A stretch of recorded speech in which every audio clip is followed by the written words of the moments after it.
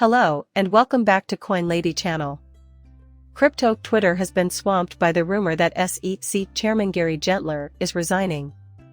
Over 75,000 XRP are in John Deaton's and his attorney's XRP wallets. You see, John Deaton is the investor advocate in the ongoing case between Ripple and the U.S. Securities and Exchange Commission. Deaton made some interesting points during his recent presentation at the first ONCS to Witness Live blockchain industry conference in Texas.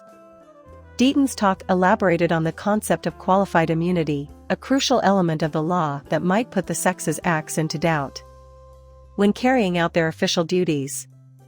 Qualified immunity shields government personnel like those at the SEC from legal liability. Deaton emphasized that this shield is a significant barrier to holding regulators to account.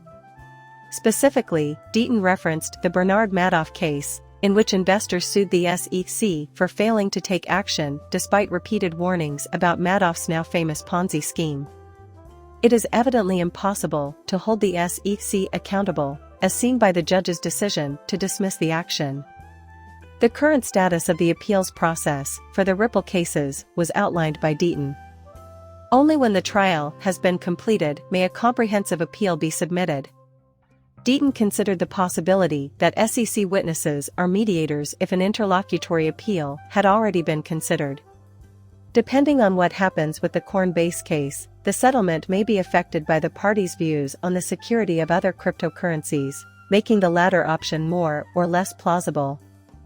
The SEC could be forced to wait until 2024. After Deaton predicted that Judge Annalisa Torres would reject the interlocutory appeal, the company asked the Second Circuit to hear its full appeal. John Deaton's comments at the XTC Live conference shed light on the legal complexities of Ripple's struggle against the SEC. The doctrine of qualified immunity is a major roadblock in prosecuting the SEC and its employees. The Coinbase lawsuit is currently in the appeals process, the outcome of which will have far-reaching consequences for the future of any potential settlement. Regardless of the current judicial system, the Ripple community, led by John Deaton, has shown unwavering support for the company's efforts to alter the way money is transferred internationally and domestically through its partnerships, technical innovations, and collaborations within the digital asset ecosystem. Curiously, the SEC has asked a federal court to let its top attorney, Pascal Guerriere, to drop out of the case against Ripple and XRP. Since then, the senior attorney has withdrawn from the case officially, casting further doubt on the judicial proceedings. Pascal Guerriere, who is widely regarded as an authority on securities law, played a pivotal role in the SEC's legal struggle against Ripple. Since she gave no reason for her sudden departure, speculation has run rampant. For one, Guerriere's resignation could suggest internal disagreements at the SEC over how to proceed with the probe against Ripple and XPYR. Given her position at the agency, her departure could point to systemic issues with how both sexes are handling the investigation. Second, this additional knowledge may cause delays in the legal system. Changing attorneys can cause a delay since the new team needs time to familiarize themselves with the case. For some in the cryptocurrency community, this is encouraging news for Ripple heading into 2019. Although it is hard to predict legal outcomes based on changes in legal teams alone, there has been speculation that the SEC is having trouble proving its case against the digital asset. Last but not least, the SEC's move to drop Pascal Guerriere from the Ripple lawsuit adds a fresh and interesting twist to a highly publicized and heated legal battle. As time goes on in the case, everyone is curious to see how this shift will influence Ripple and XRP going forward. Thanks to Eleanor Terrett's tweets, the SEC disclosure was made public. Appropriate and inappropriate court dates for the second quarter of 2024 have been communicated to the judges by the Commission. In a letter to the presiding judge, Ripple CEO Brad Garlin and co-founder Chris Larson's legal team said that their clients will be out of the office from April 1 to April 14, 2024. Since then, the trial date for the pending legal matter has been set for April 20, 2024. Legal proceedings between the CICS and Ripple Labs are scheduled to get underway in the second quarter of 2024. The SEC has provided participants with a list of requirements.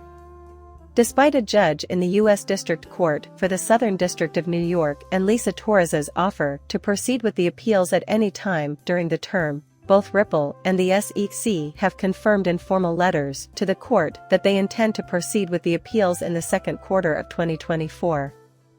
The interlocutory appeal granted to SEC and the ongoing litigation against Ripple on August 17 provoked this most recent exchange of communication. The absence of Ripple's key executives has been linked to the anticipated Bitcoin having a major event in the cryptocurrency market, following the judgment from July 13 that handed each party some success in the lawsuit. The Bitcoin network will reduce mining rewards on or around these days. Ripple and its digital currency have run into trouble with regulators on more than one occasion. XRP.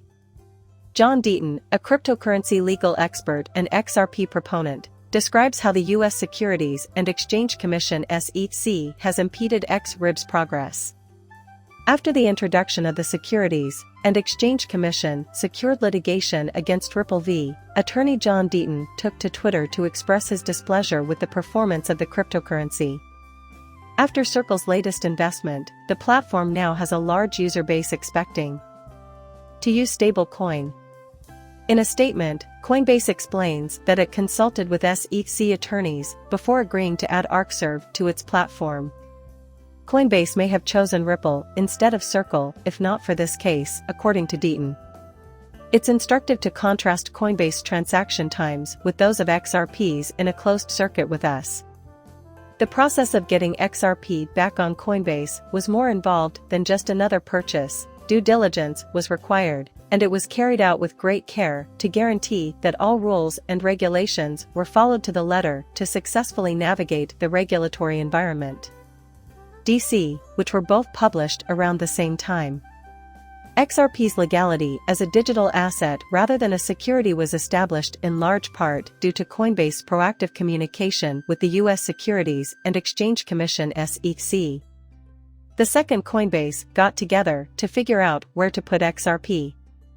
Coinbase representatives discussed XRP with the SEC. The SEC also didn't object, which is unusual. With an IPO on the horizon, Coinbase CEO John Deaton issued a statement in which he voiced confidence in the company's regulatory standing. Coinbase has been actively promoting XRP and another stable coin called DC during the past few months, according to Deaton, because they are more convenient than traditional bank wire transactions. The market considered digital assets to be revolutionary. During the flurry of promotional activity, an unexpected development occurred. Shockwaves were felt throughout the cryptocurrency market as former SEC Chairman Jay Clayton filed a lawsuit against Ripple, claiming that XRP was being traded illegally as a security. A complaint was filed with the SEC disputing whether or not XRP should be regarded as security, despite previous sexist assertions to the contrary.